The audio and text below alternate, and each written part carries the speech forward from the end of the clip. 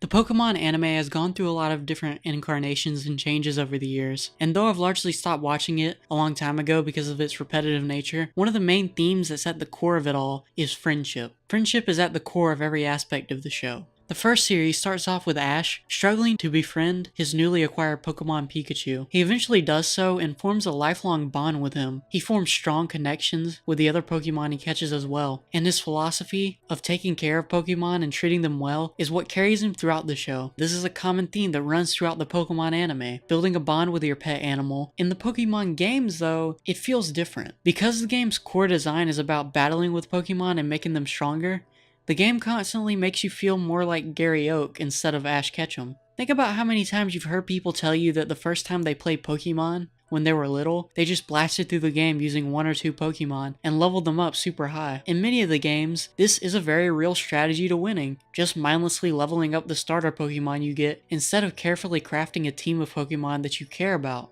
Also, there's just generally less emphasis on friendship and caring about your pets in the games. Though it is explored to some extent, particularly in the narrative of Pokemon Black and White, where the ethics of how Pokemon should be treated are explored with a surprising amount of nuance for a Pokemon game.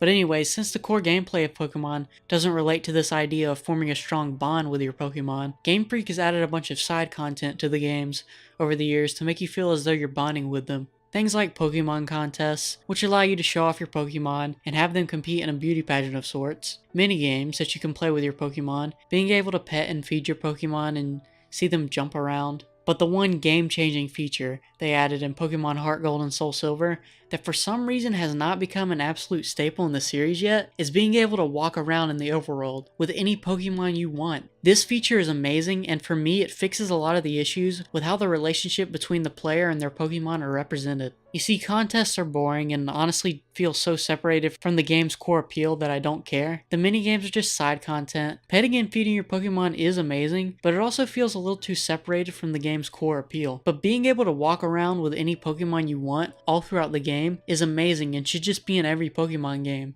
It perfectly blends the natural gameplay with the aspect of having a cool little pet that you hang around, and it's much more in spirit with what the anime portrays thematically. The idea of Pokemon being your pet that you can take around with you wherever you are is one of the main draws for me personally as a player. I've never been so much into the competitive aspect of Pokemon as I am the personal connection I have to the characters in the game. I think Pokemon Sun and Moon took some steps in the right direction, what with giving each individual Pokemon a more fleshed out backstory. For example, Mimikyu, whose whole story is that he lives in the shadow of Pikachu and just wants to be recognized, so he disguises himself as a Pikachu. Also, Sun and Moon had the Pokepelago Islands, which contextualizes what happens to your Pokemon once they're in the PC, but none of those features are quite as good as being able to play the game with your Pokemon walking beside you the whole time. There's just something about that feeling that hasn't been replicated since Pokemon Heart Gold and Soul Silver. This feature is something that I'm glad Pokemon Let's Go Pikachu and Eevee are bringing back to the series, and hopefully it becomes a mainstay in Gen 8 and beyond. Until then though, why don't you like this video if you enjoyed it, and subscribe to my channel if you want more content in the future. I'll see you in the next one.